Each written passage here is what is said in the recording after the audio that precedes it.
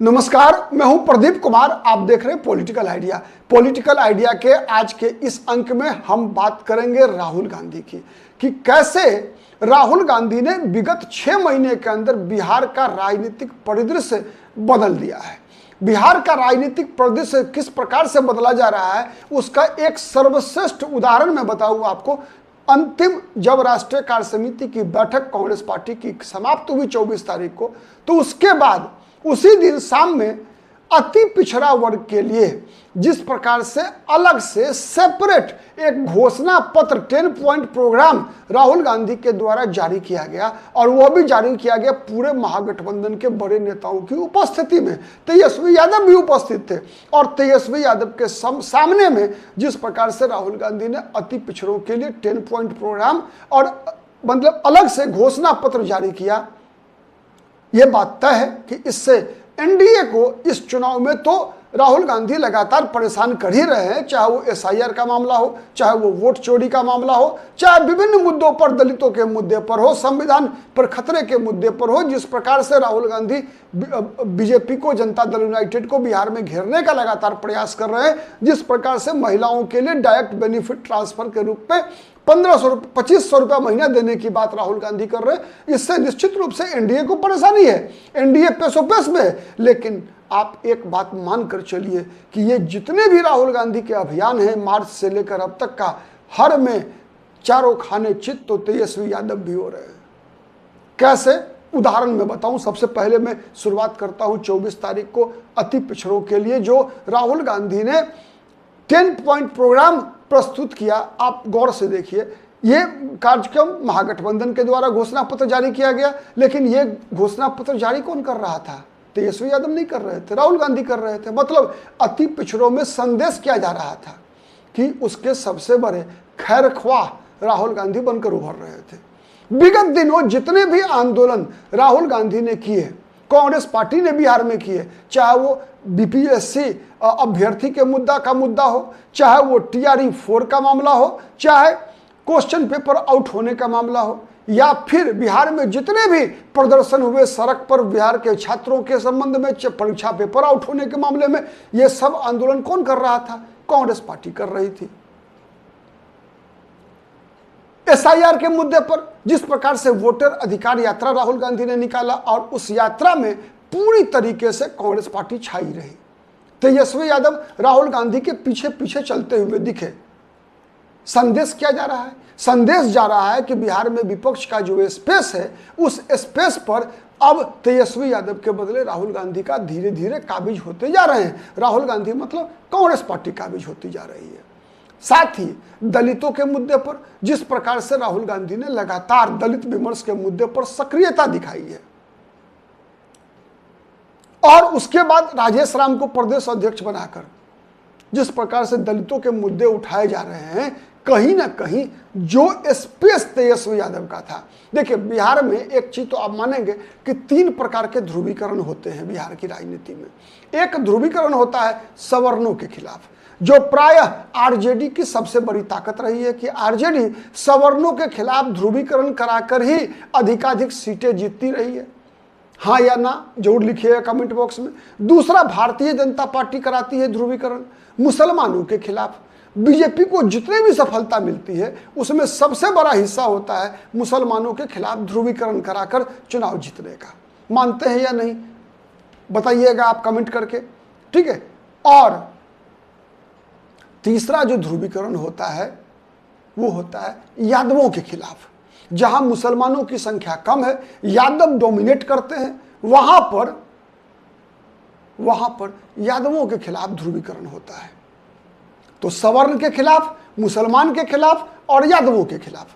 तो आरजेडी की ताकत का सबसे बड़ा कारण रहा कि सवर्णों के खिलाफ ध्रुवीकरण कराना। अब देखिए राहुल गांधी जिस प्रकार की राजनीति करने का प्रयास कर रहे हैं, तो लगातार कांग्रेस पार्टी की भूमिका बिहार में क्या होती थी? जब तक आरजेडी के साथ गठबंधन में कांग्रेस पार्टी है, जब से है, तब से आरजेडी के द्वारा कांग्रेस पार्टी की भूमिका यह बनाई जाती थी कि कांग्रेस पार्टी का प्रोजेक्शन इस प्रकार से हो जिससे कि वो भारतीय जनता पार्टी और जनता दल यूनाइटेड का सवर्ण वोट बैंक को कंफ्यूज कर सके और उसको डिस्टर्ब कर सके। लेकिन अब राहुल गांधी क्या कर रहे हैं? नहीं, अब राहुल गांधी जिस प्रकार के भूमिका में हैं उससे कांग्रेस पार्टी को जानबूझकर सवर्ण विरोधी दिखाने का प्रयास है। राहुल गांधी स्वयं सवर्णों के खिलाफ ध्रुवीकरण कराना चाहते हैं, मतलब उसी पिच पर बैटिंग करना चाहते हैं राहुल गांधी जिस पिच पर तेजस्वी यादव और लालू यादव लगातार 90 से लेकर अब तक बैटिंग करते आ रहे हैं। तो आने वाले दिनों में यदि राहुल गांधी दलितों के मुद्दे पर, पिछड़ों के मुद्दे पर, अल्पसंख्यकों के मुद्दे पर अगर राहुल गांधी का कमिटमेंट और राहुल गांधी के आंदोलन और साथ ही जनता से जुड़े हुए, सीधे जुड़े हुए मुद्दे, चाहे वो परीक्षा का मामला हो, चाहे वो शिक्षा का मामला हो, चाहे वो बहाली का मामला हो, चाहे क्वेश्चन पेपर आउट करने का मामला हो, सड़क पर संघर्ष करते हुए आरजेडी के बदले कांग्रेस दिखेगी, तो फिर जो मेन ओपोजिशन का जो पोजीशन है वो किसके पास जाएगा? तो फिर तेजस्वी यादव के पास बचेगा क्या?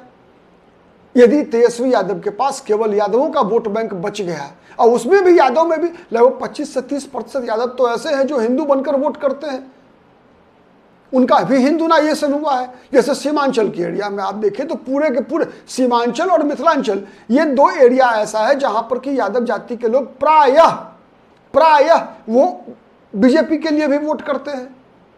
उम्मीदवार के आधार पर निर्भर करता है उनका वोटिंग पैटर्न।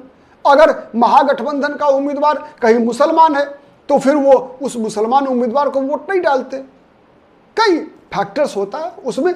एक चीज देखा गया कि लगभग 25 से 30% यादव जो है वो बीजेपी को, आरजेडी को वोट नहीं देते, बीजेपी के पास साथ में जाते हैं। और लोकसभा चुनाव में ज्यादा होता है, विधानसभा में थोड़ा कम होता है।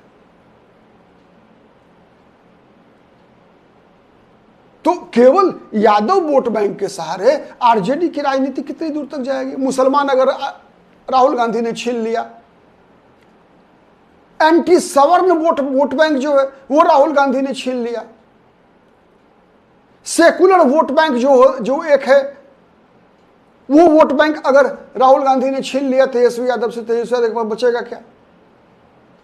और जब एक बार आप जब दूसरे नंबर की पार्टी से हट जाते हैं तो इतिहास गवाह है, कांग्रेस सर्वश्रेष्ठ उदाहरण है कि कैसे आप 2 नंबर का दर्जा खत्म हुआ, 1 नंबर का दर्जा खत्म हुआ तो आप कैसे फेंकाते चले जाते हैं कि एक समय आता है जब आप बंगाल में जो कांग्रेस की वर्तमान में स्थिति है उसी स्थिति में पहुंच जाते हैं।